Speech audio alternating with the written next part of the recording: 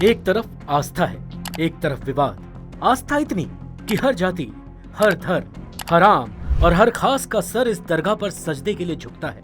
लेकिन विवाद ये कि दावा किया जा रहा है कि अतीत में यहाँ एक शिव मंदिर था, उस मंदिर को तोड़ा गया और उसी जगह पर दरगाह बना दी गई। फिलहाल मामला कोर्ट में है और ख्वाजा मोइनुद्दीन चिश्ती की अजमेर शरीफ दरगाह चर्चा में। दरअसल अजमेर सिविल कोर्ट में दाखिल एक याचिका में यह दावा किया गया है कि ख्वाजा की दरगाह वास्तव में एक शिव मंदिर की जगह पर बनाई गई है।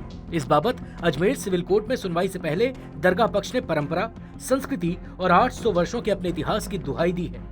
लेकिन याचिका दाखिल करने वाले संगठन हिंदू सेना का दावा है कि दरगाह का बुलंद दरवाजा, दरगाह की ऊपरी बनावट और वहां मौजूद दूसरी कई निशानियां इस बात की तरफ इशारा कर रही हैं कि दरगाह के अंदर महादेव मंदिर विद्यमान है। बता दें कि ख्वाजा मोइनुद्दीन चिश्ती एक प्रसिद्ध सूफी संत थे और उनके अजमेर शरीफ दरगाह सिर्फ भारत ही नहीं बल्कि दुनिया भर में प्रसिद्ध है।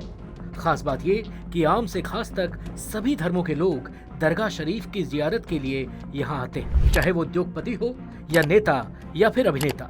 बॉलीवुड से अमिताभ बच्चन, अजय देवगन, कटरीना कैफ, प्रियंका चोपड़ा, कंगना रनौत, दीपिका पादुकोण, उर्मिला मातोंडकर, बिपाशा बसु, अक्षय कुमार, सोनाक्षी सिन्हा, संजय दत्त, अभिषेक बच्चन, करीना कपूर, शाहरुख खान जैसे तमाम नामचीन सितारों का यहाँ आना जाना लगा रहता है और इन तमाम सितारों ने अजमेर शरीफ दरगाह को लेकर अपनी आस्था और भावनाएं व्यक्त की है।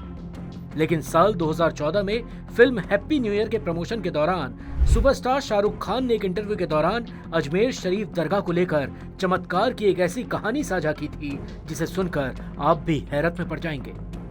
शाहरुख खान की ये कहानी खुद शाहरुख खान की ही आप बीती थी। बकौल शाहरुख खान, ये बात उन दिनों की है जब शाहरुख स्टार नहीं थे बल्कि फिल्मों में जगह बनाने के लिए संघर्ष कर रहे थे। उन्हीं दिनों उनकी मां की तबीयत भी नासाज रहने लगी थी। शाहरुख कहते हैं कि मेरी मां की तबीयत ठीक नहीं थी। अपनी मां के लिए दुआ करने मैं उनके साथ ही अजमेर शरीफ दरगाह गया था। मेरी अम्मी ने सारे पैसे संभाल कर रखने के लिए मुझे दे दिए थे। कुल 5,000 रुपए थे, लेकिन पता नहीं कब कैसे वो 5,000 रुपए मेरी जेब से चोरी हो गए या गिर गए, मुझे पता नहीं चला। रिवायत के मुताबिक हम मन्नत मांगने के लिए चादर चढ़ाते हैं। जब हम चादर लेकर चढ़ाने के लिए जा रहे थे तब अचानक जब जेब पर मेरा हाथ गया तो मुझे पता चला कि मेरा पर्स गायब है।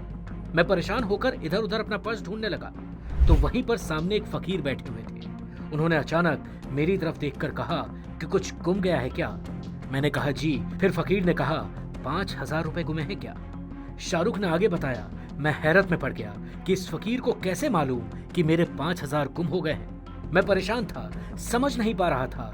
तब वो फकीर बोले कि यहाँ आया है तो दर से खाली हाथ नहीं जाएगा। 5,000 गवाए हैं, 500 करोड़ कमाएगा।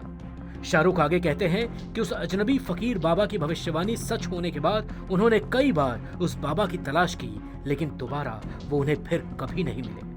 बकौल शाहरुख खान, मुझे आमतौर पर इस तरह की बातों पर यकीन नहीं होता है क्योंकि हम सब पढ़े लिखे लोग सोचते हैं कि ऐसा होता नहीं होगा, लेकिन ये मेरे साथ हुआ है। ये मेरी खुद की आप बीती है। अब यहाँ ये बताने की जरूरत नहीं है कि शाहरुख खान आज किस मुकाम पर हैं और उन्होंने कितनी दौलत कमाई है, लेकिन शाहरुख खान की सफलता में उस फकीर का कोई योग है या ये सब महज एक संयोग? इस बात का फैसला अपनी समझ और विवेक के आधार पर आप खुद करें।